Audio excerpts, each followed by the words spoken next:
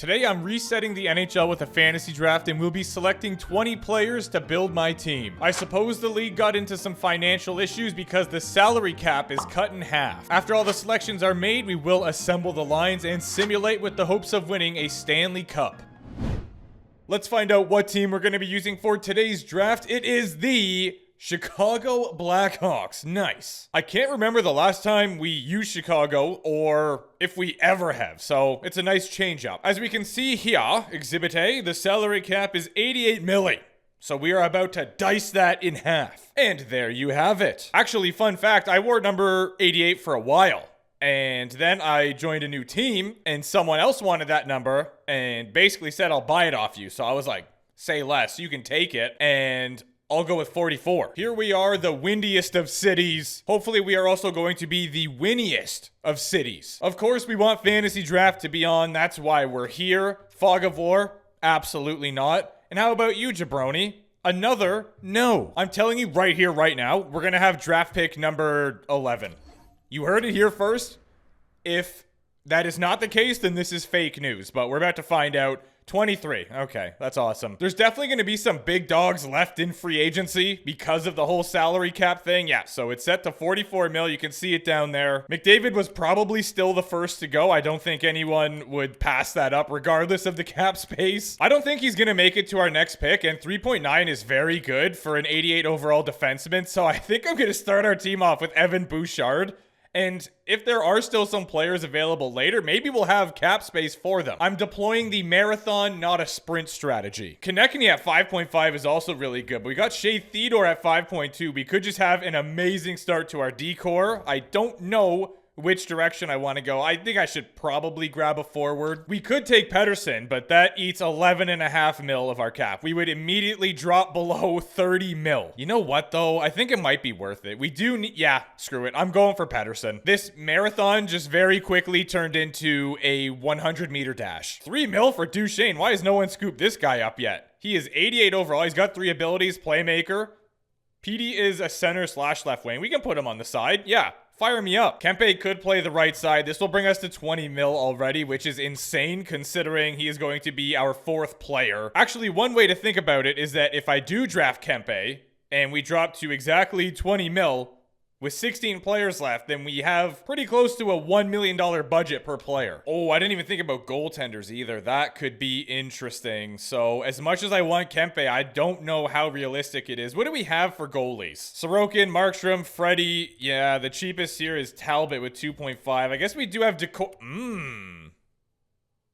Will he still be there, though, is the question. Logan Thompson as well. Kochetkov at 2 mil. So I think we do have options. I'm going to draft Kempe. There is a decent chance that I come to regretty spaghetti this, but it is what it is. Joey Decord is 86 overall. He has no abilities. Logan Thompson is making 700. Yeah, you know what? He's making nearly half of what Decord is for a 1 overall drop-off.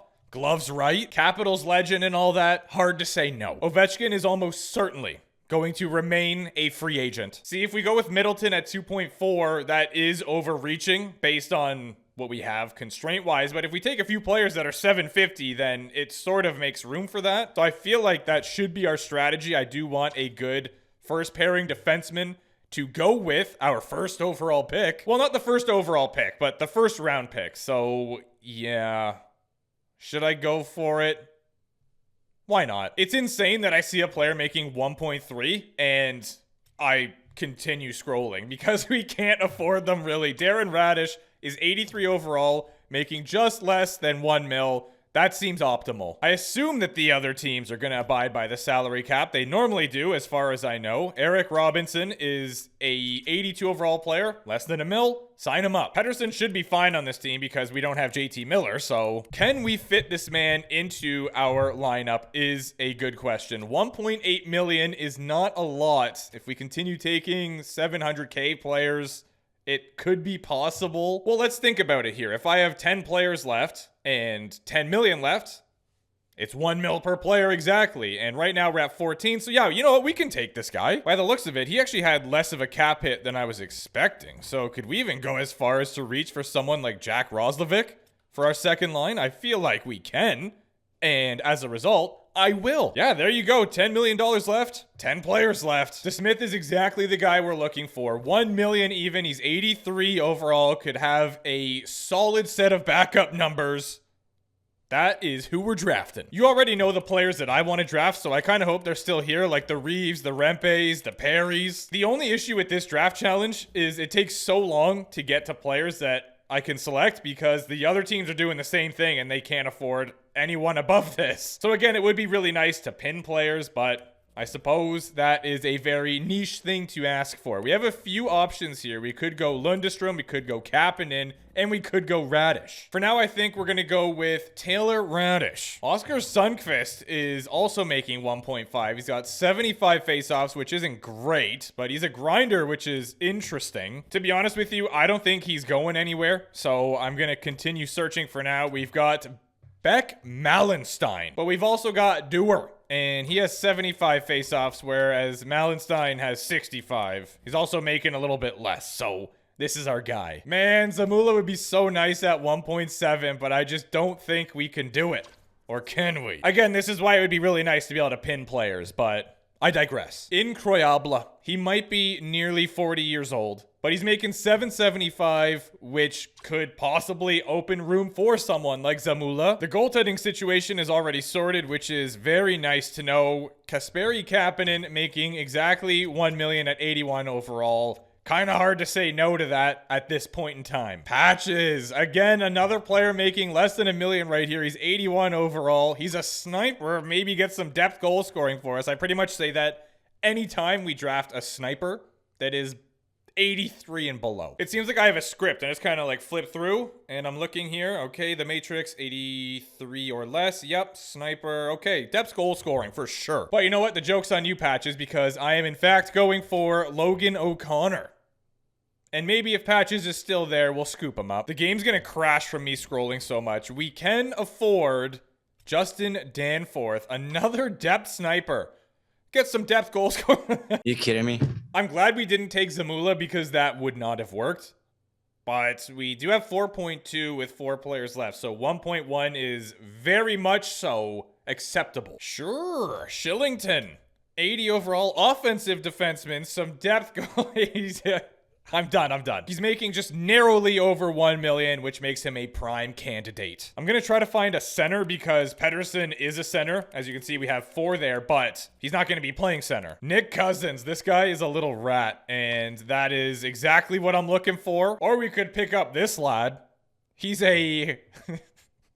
yeah, I'm not going to say it. You can't do that. Hendrix Lapierre. Caps legend. We also have Spicy Tuna. There's some good options here, to be honest with you. Max has 74 faceoffs. 75 for Spicy Tuna.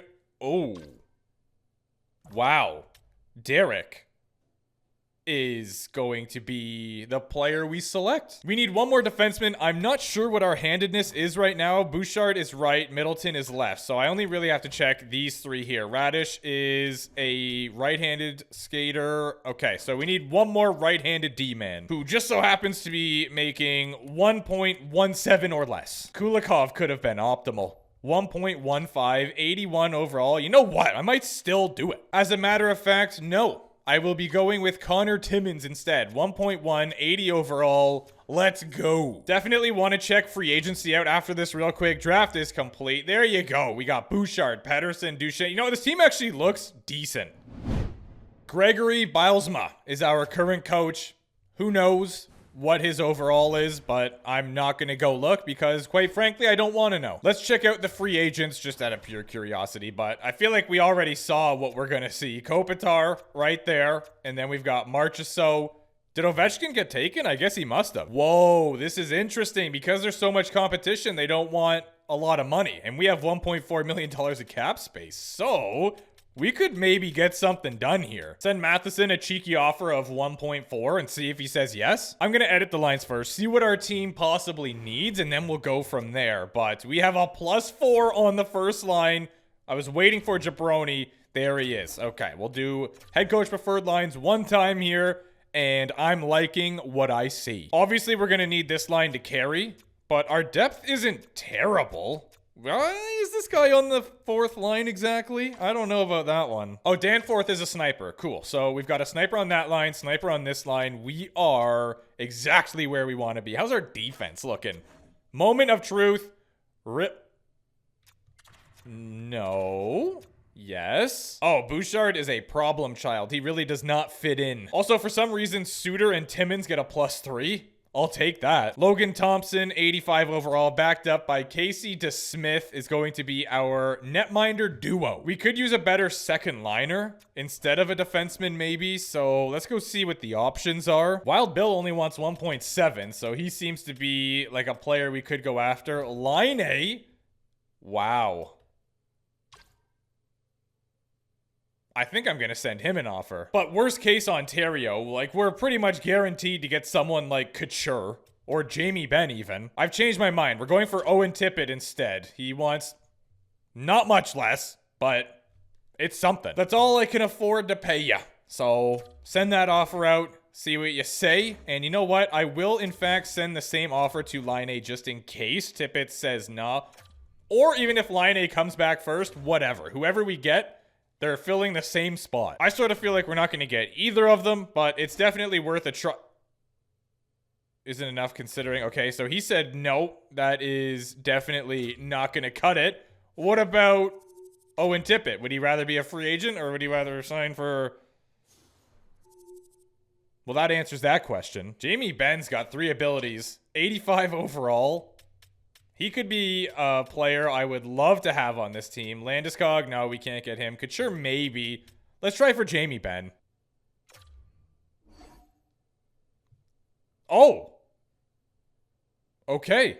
Well, that was easy. He slots in nicely on that second line left wing. Rozovic and Danforth. And I'm going to move Eric down to the fourth line, I think. He is 82 overall. He's also a... No, he's not. He's a two-way forward. Why did I think he was a sniper? Yeah, this is the team we're going to run with. They probably moved Bouchard to the second pair again, which absolutely not. And I want to move Suter down in Shillington's spot so we get a +3. Lovely. Also, I forgot to say, but Pettersson gets the most points with 89, and we get 49 wins. If we somehow don't make playoffs with this team, I am going to be appalled. Big 5-0 win over Utah. 5-1 against the Calgary Flames. Ooh, we can't be getting shut out. You know, you can't really win too many games with 0 goals. Definitely can't blame the goaltender there either, because we should be able to beat a team that only put up 1. Someone fire their coach already so I can go make a stupid decision. I remember seeing a comment a while ago that said something along the lines of it. Team fit doesn't matter. It's basically what the coach's grade is. So if you have a B+ and there's an A available, even if the team fit is terrible on the A,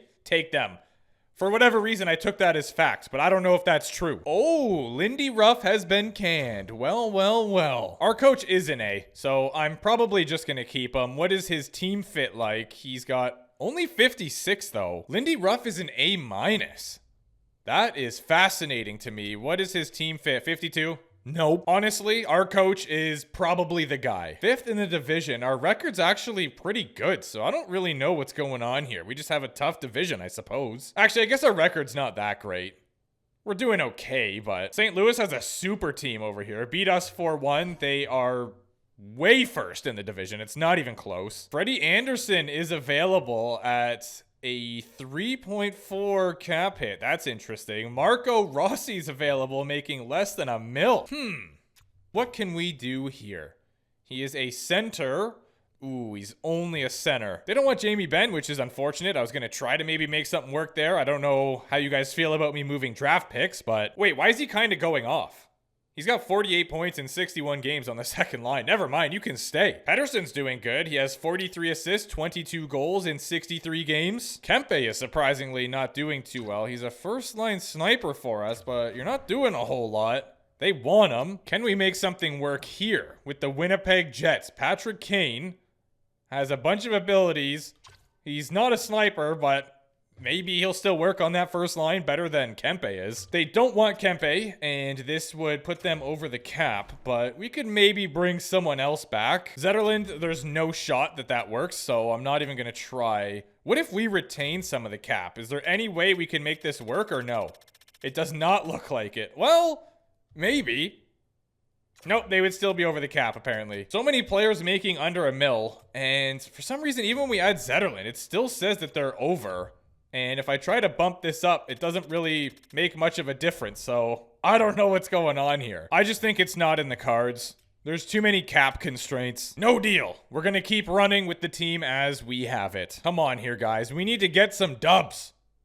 What is holding you back? 3-game win streak. Love it. So naturally, we're going to lose again. No, we are not. We're not going to do that. We have the Bruins. They take us down back to back here, and we win one of them, thankfully. And it was the second game, strangely. Oh, we have catapulted all the way up to second in the division. So we're actually in a great spot all of a sudden. Don't know where that came from, but it is welcome. 2 games remaining. St. Louis doing really well. We took them down in overtime, and we lose to the Kings.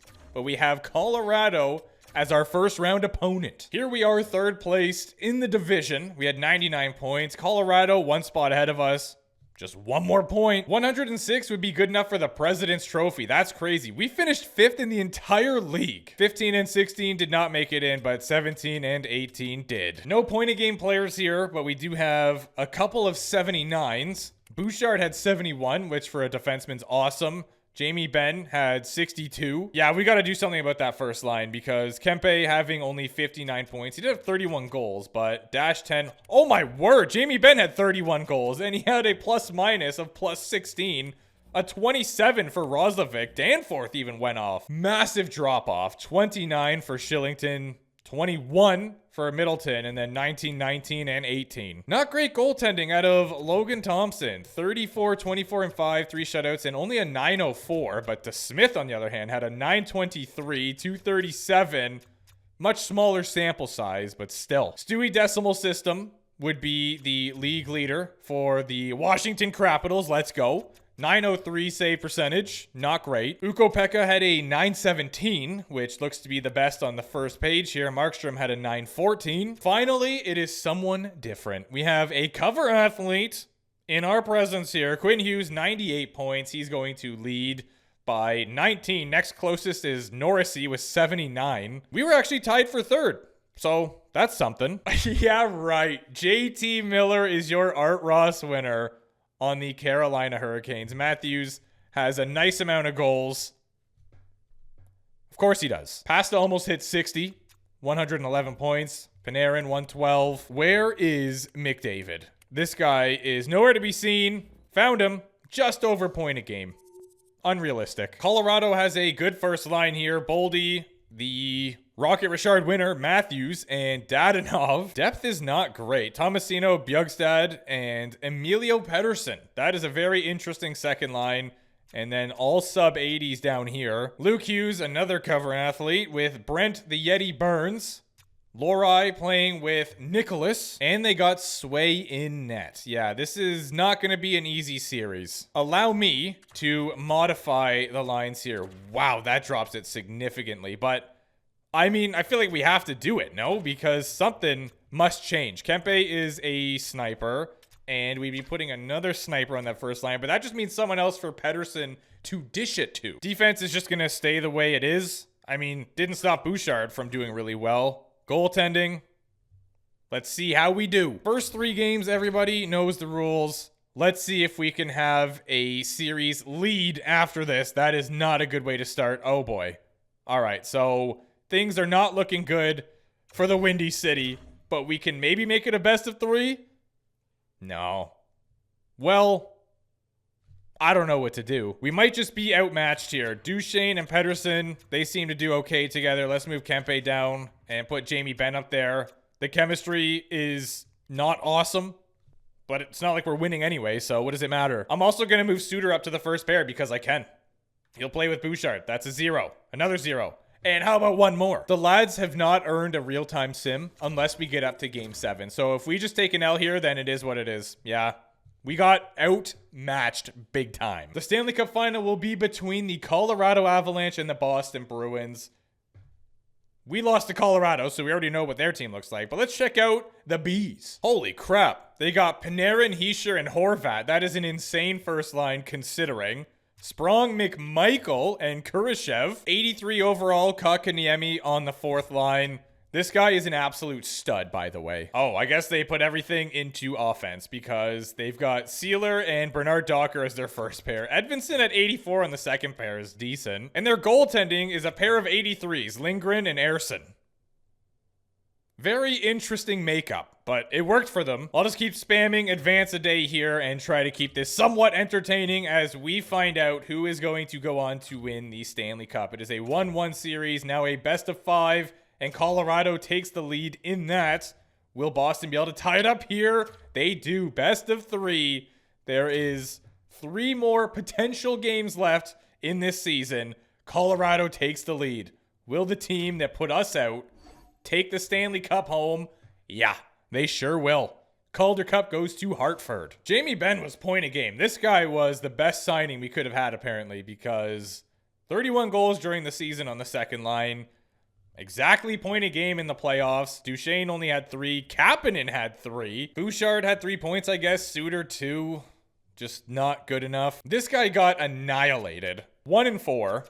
886 and 358. That constitutes a yikes. Swayman had a 924, 261. That's a little bit better. 2 shutouts as well. A 928 for Levi. Good on him. Brent Burns would be the defensive leader. He had 16 points in 25 games played. Rasmus Anderson did really well. He got 13 points in 17. Colorado won the Stanley Cup, so he is not going to be the Conn Smythe recipient. Nope, it's going to be Pappy. So, surprise, surprise. This man right here is going to clean up the award show. Never mind, I forgot JT Miller was the Art Ross winner and the Hart Memorial recipient as well. Quinn Hughes gets the Norris. It is finally not Cale Makar. Pasta with the Lady Bing. Matvey acquires the Calder. Conn Smythe does go to Pappy. Luukkonen with the Vezina, but Logan Thompson gets the Jennings. Whoa. Didn't see that coming. Brodin receives the Bill Masterton. Hines going to acquire the Jack Adams. Who other than Sidney the Kidney? Ted Lindsay goes to Pappy, and so does the Rocket Richard. There's your playoff tree. Those teams were really interesting. Cutting the cap in half really changes what you can do. That should go without saying, but I am saying it regardless. Well, thank you for watching. Appreciate you. We're trying to hit 60K, so if you could subscribe, that would be elite. We will win a Stanley Cup on this game. It's gonna happen. It has to happen.